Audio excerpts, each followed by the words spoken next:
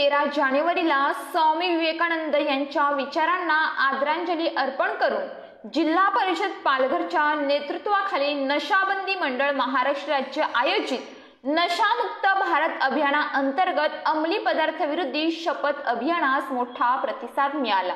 या उपक्रमाद्वारे 2,62,804 विद्यार्थी, शिक्षक आणि कर्मचाऱ्यांनी सहभाग घेतला आणि अंमली पदार्थापासून दूर राहण्याची प्रतिज्ञा घेतली। नशामुक्त भारत अभियानाचा मुख्य हेतू म्हणजे युवकांमध्ये अंमली पदार्थ विरोधी जागरूकता निर्माण करणे, त्यांना व्यसनमुक्त जीवनशैली स्वीकारण्यासाठी प्रोत्साहित करणे आणि समाजाला या विळख्यातून मुक्त करण्यासाठी युवकांची सकारात्मक भूमिका सुनिश्चित करणे। अंमली पदार्थांचा वापर केवळ वैयक्तिक आरोग्याला हानी पोहोचत नाही, तर कुटुंब, समाज आणि देशाच्या प्रगतीसाठीही अडथळा ठरतो। युवकांना सुजाण आणि जबाबदार नागरिक बनवण्याचा हा एक प्रयत्न आहे।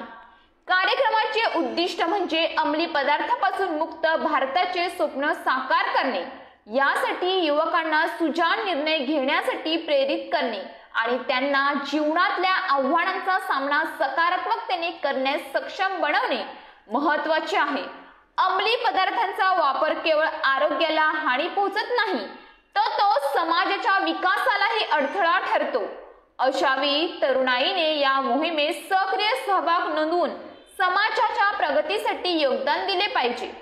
कार्यक्रमाच्या उद्घाटनाप्रसंगी मुख्य कार्यकारी अधिकारी भानुदास पालवे, जिल्हा परिषद अध्यक्ष प्रकाश निकम, अतिरिक्त मुख्य कार्यकारी अधिकारी रवींद्र शिंदे, समाज कल्याण अधिकारी प्रवीण भावसार तसेच महाराष्ट्र राज्य नशाबंदी मंडळचे समन्वयक मिलिंद पाटील उपस्थित होते। त्यांनी उपस्थित तरुणाईला अंमली पदार्थांच्या दुष्परिणामाची जाणीव करून दिली आणि त्यांना सकारात्मक आयुष्याची वाटचाल करण्यास प्रोत्साहित केले।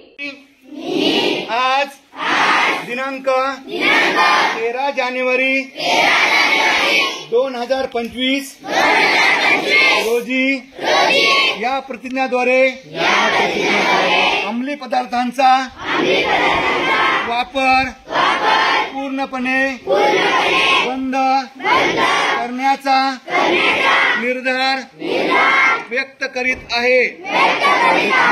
मी अंमली पदार्थाचा कधीही वापर करणार नाही आणि इतरांनाही यापासून दूर राहण्यासाठी प्रेरित करेन। तर सर्व संबंधित शाळा, महाविद्यालय, वसतिगृह, महिला बचत गट, अंगणवाडी सेविका आणि समाजातील इतर घटक यांनी सक्रिय सहभाग नोंदवून या अभियानाला यशस्वी केले। या यशस्वी उपक्रमासाठी जिल्हा परिषदेच्या सर्व अधिकारी कर्मचाऱ्यांचे मुख्य कार्यकारी अधिकारी भानुदास पालवे यांनी आभार मानले।